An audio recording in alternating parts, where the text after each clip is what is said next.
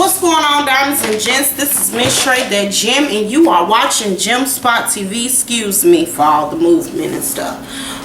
Disclaimer, I live in Chicago, so you may hear siren playing or something. There's nothing I can do about that. But however, because I love you all and I thank you for watching, I want to say I duly apologize. But I had to come on talking about love and hip hop. ATL, the last episode from Monday, which was 7/15/2013. Let's talk about it. So, child, K Michelle is really on a path where she's trying to make good. Yes, honey, it's hot in here. I normally stay in the room with it is, but I had to come out the cave and do some pictures. some videos, because you know folks been unsubscribing like a sister can't take a little time to get her life right with the Lord and everything. And if you pray, please pray for my mother on a serious note. But anywho, so K Michelle is trying to get on the good and clean and narrow path. She trying to get her life right with the Lord, and she want everybody around her to sing Kumbaya. Understandable, because girlfriend got a big deal right now and she don't have time for the drama and all of that good stuff. So she's been on the path of let's talk about it, let's not fight about it. I understand that, but that whole situation would bring in, what's that girl name, Jocelyn, to the actual Carly Red thing. She knew that was gonna, I don't care what nobody say. Kay, you knew that was gonna pan out to be pretty bad, sister. And I love me some K Michelle, but one thing she love about our fans is that we tell the truth. And I got to tell the truth. That was, you knew that was, I think in my mind, this is what I thought. I could be wrong, you know, I could. You can let me know if I'm wrong too, because you do that. But to me, what I kind of was gathering from the whole thing was, you know, since you're trying to get in the clean and narrow and everything, so you brought Jocelyn to come say what you really want to say to Carly Red. I'm just saying, that's what I picked up from the situation. However, that could not be the case. Okay, so Jocelyn starts hating. Now, this is my thing, you know, Carly Red can be a good indie artist, you know what I'm saying? She don't have to be mainstream. I know she's fighting for it, but she don't have to be. I just want to make clear, most black artists back in the day, before the mainstream would even accept us, was on what is called the chitlin circuit, okay? And they lived big lives on the chitlin circuit, and a whole lot of big names, the Gladys Knights, the Ray Charleses, and all of them, they started out on what is called the chitlin circuit, and now they mainstream. Some people stayed on the chitlin circuit, and people still in the pubs and the bars and stuff like that knew who they were. So what am I saying? I'm saying, Carly Red, you may be an indie artist. It's okay to be that. You may be known in Trinidad as a star. You work what you have, boo-boo, and the rest is what it is. But far as what United States want, everybody, I say this, everybody has made their way in, okay? So if you can find a way to make your way in, get you a good dance cut that the children like, if you know what I mean, honey, they'll patronize you. But again, they don't want no mess now, so you got to do it right. Moving on from her. So Arian makes a big announcement that she wants a woman in her bed.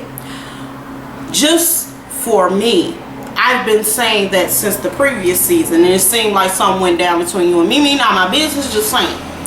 So K Michelle was like, what? Like, she was surprised. But then when her confessional, without saying it, she kind of said it. Like, you know, about knew that. You know what I'm saying? So Arian now is like, that's just what I want it all, and I'm tired of, I guess, being in the closet about it or whatever. And so yeah, Jocelyn is now tired of having the stigma of being the side chick. So what Jocelyn has decided to do is to propose to Stevie. So girlfriend goes and get a ring, get it inscripted with the names and everything, you know, whatever.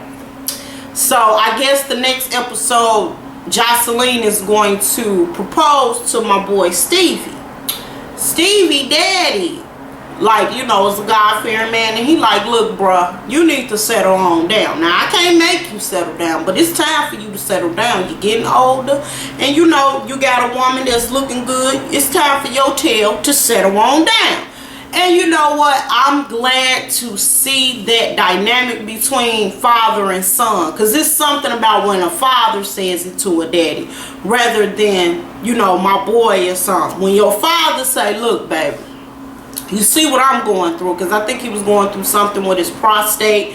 So now Stevie moved him to ATL so he can keep his eye on him. And I think that that's commendable from Stevie's standpoint, and I'm glad to see that dynamic between father and son. I'm glad to see his father like, I don't agree with your lifestyle. I don't agree with everything that you do. And it's time for you to get it together. You know what I'm saying? It's time for you to get it on together. I love that dynamic. I love to see strong fathers, you know, just imparting to their sons. I love that. And kudos to you, Daddy Jack. How you doing?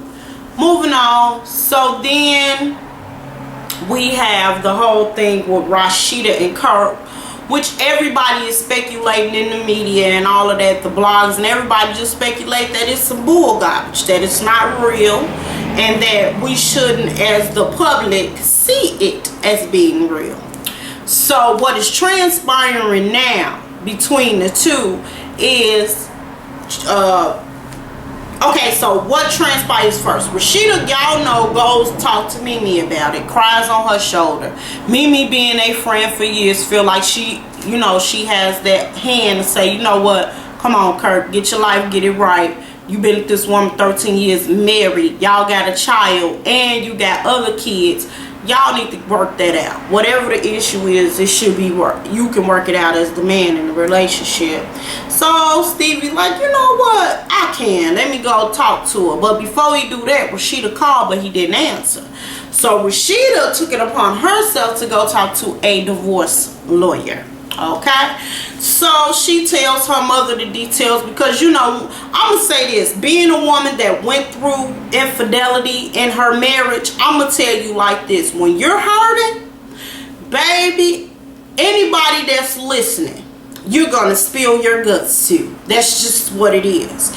You're not trying to be mean about it, or you're not trying to hurt your husband or whatever, but at that point when you're trying to get healed and you think that this woman over here maybe could understand, relate, and she's willing to let you cry on her shoulder, I didn't have that when I was going through it. Let me just make that clear. So, but when I tried, you know, hey, but anywho, so that's a blessing in itself, that she had somebody she could go to and say, you know what, is it me? Am I the problem? What have you? And I'm going to say this, anybody that's listening, you will tell your mama, your cousin, your brother, even though, I'm going to say this to women, if you plan on staying with your husband or your mate, it's best not to tell a friend.